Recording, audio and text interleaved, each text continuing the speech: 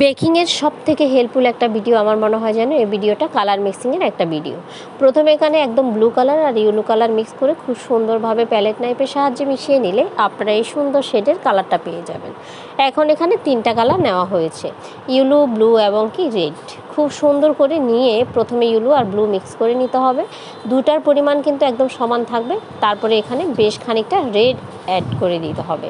রেডটা দেওয়ার পরে আবারও বেশ কয়েক মিনিট ধরে এটাকে নাড়াচাড়া করে নিলে এই সুন্দর কালারটা আপনারা পেয়ে যাবেন।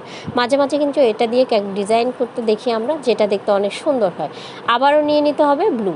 ব্লু থেকে পিঙ্কের রেডের পরিমাণটা একটু কম নিতে হবে, আর সেই সাথে দিয়ে দিতে হবে হালকা গ্রিন। দিয়ে খুব সুন্দর করে মিক্স করে নিলে এই চমৎকার ডার্ক কালারটা আপনারা পাবেন।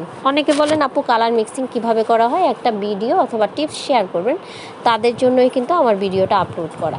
তারপরে আবার রেড আর গ্রিন নিয়ে নিতে হবে, নিয়ে খুব ভালো করে মিক্স করলে আপনারা এই সুন্দর কালারটা পেয়ে যাবেন, যেটা দেখতে অনেক সুন্দর।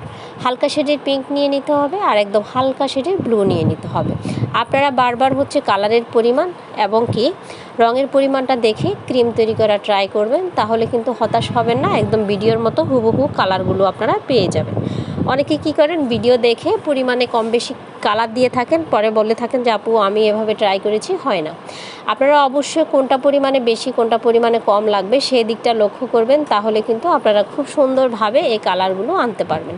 এখানে ইয়েলো আবার রেড দিয়ে আরও একটা সুন্দর চমৎকার কালার করা হয়েছে। ভিডিও ভালো লাগলে শেয়ার